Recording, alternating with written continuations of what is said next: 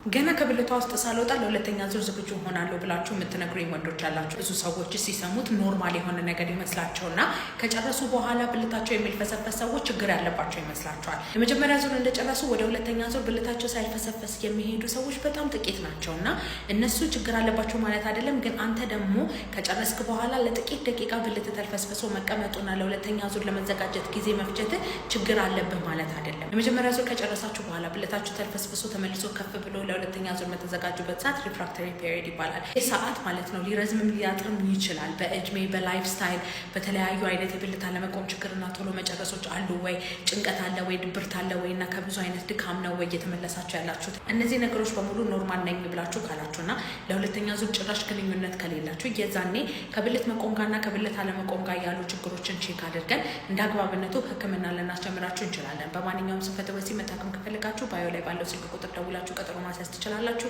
በሬ ሁል ጊዜ ክፍት ነው። በነገራችን ላይ ጤናማ የሆነ ወንድም አልፎ አልፎ የስንፈተ ወሲብ ሊያጋጥመው ይችላል። እነዚህ ግን ችግር ናቸው መታከም አለባቸው ማለት አይደለም። ችግር የሚሆነው መቼ ነው? አንድ ሁለት ጊዜ ልክ እንደዚህ አይነት ነገር ሲፈጠር ቀጣይ ግንኙነት ላይም በጣም በመጨናነቅ ምክንያት ድጋሚ ነገር እንዲከሰት ታደርጉትና ተደጋጋሚ እንደዚህ አይነት ችግር ማየት ትጀምራላችሁ ማለት ነው። ስለዚህ አልፎ አልፎ በሚፈጠሩ እንደዚህ አይነት ነገሮች መደናገጥ የለባችሁ ማለት ነው። ነገር ግን ከ6 ወር በላይ የሚቆዩ ከሆነና አብዛኛው ግንኙነት ህይወታችሁ ላይ እነዚህ ችግሮች የሚታዩ ከሆነ መታከም ይኖርባችኋል።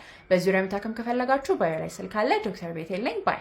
ከሴጋ መምታት ሱስ ለመውጣት ምን ላድርግ የሚሉ እንደዚህ አይነት ጥያቄዎች በተደጋጋሚ ይደርሱኛል።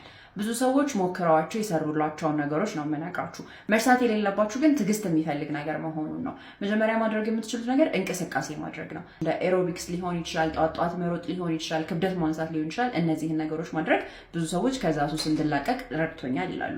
ሁለተኛ ደግሞ ብቸኝነትን ማስወገድ ነው። ብቻዬን ስሆነው ለዚህ ነገር ሞር የምጋለጠው የሚሉ ሰዎች አሉ። ስለዚህ ከምትወዷቸው ሰዎች ጋር፣ ከጓደኞቻችሁ ጋር፣ ከቤተሰቦቻችሁ ጋር ሊሆን ይችላል ጊዜ ማሳለፍ ጥሩ ነው። ሶስተኛ ደግሞ መንፈሳዊ ነገር ላይ ሳተኩሩም ከዚህ ነገር መውጣት ችያለሁ የሚሉ አሉ። ስለዚህ ወደ ሃይማኖት መመለስ፣ መጸለይ፣ ማንበብ የመሳሰሉትም ነገሮች ጥቅም አላቸው ማለት ነው። አራተኛ ደግሞ ለእንደዚህ አይነት ነገር የሚጋብዙ ነገሮችን ማቆም ነው። ፊልሞች ሊሆኑ ይችላሉ፣ ሶሻል ሚዲያ ሊሆን ይችላል። ከነዚህ ነገሮች ራሴን ማራቄ ደግሞ እጅግ በጣም ጠቅሞኛል ብለው የሚናገሩ ብዙ ሰዎች አሉ።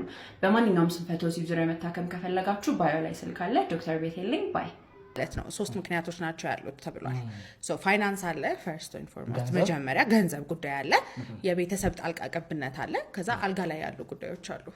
ከዛ ውጪ ትዳርን ሊበትን የሚችሉ ነገሮችን ልታቅ ትችላል። አይ ቲንክ እዛ ውስጥ አሉ።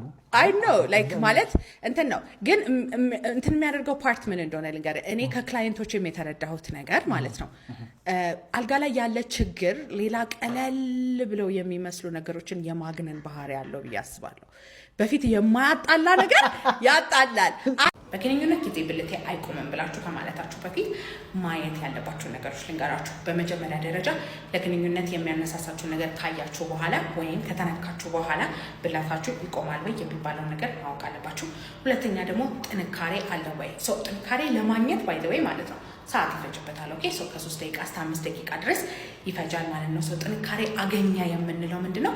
ወደ ሴት ብልት ለመግባት የማይከብዳችሁ ከሆነ ወይም ሴት ብልት ጋር ሲደርስ የሚልፈሰፈስ ከሆነ ወይም ቀጥታ መግባት የሚያቅተው ከሆነ የዛን ጊዜ የብልት መልፈስፈስ አለባችሁ ማለት ነው። ሶስተኛ ደግሞ ጠንካራ ሆኖ ከቆመ በኋላ እስከ መቼ ድረስ ያገለግላል? አንዳንድ ወንዶች ጠንካራ ሆኖ ከቆመ በኋላ ወደ ሴት ብልት ውስጥ ሊገቡ ሲሉ የመልፈስፈስ ባህሪ ያለው፣ አንዳንድ ወንዶች ደግሞ ይገባሉ ትንሽ እንቅስቃሴ ካደረጉ በኋላ እራሳቸው ሳይጨርሱ ብልታቸው ይልፈሰፈሳል ማለት ነው።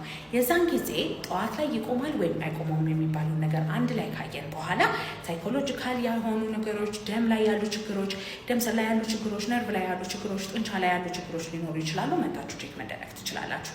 በማንኛውም የብልት አለመቆም ችግር መታከም ከፈለጋችሁ ባዮ ላይ ባስቀመጥኩት ስልክ ቁጥር እየደወላችሁ ቀጠሮ ማስያዝ ትችላላችሁ። በሬ ሁል ጊዜ ክፍት ነው። ባይ ባይ።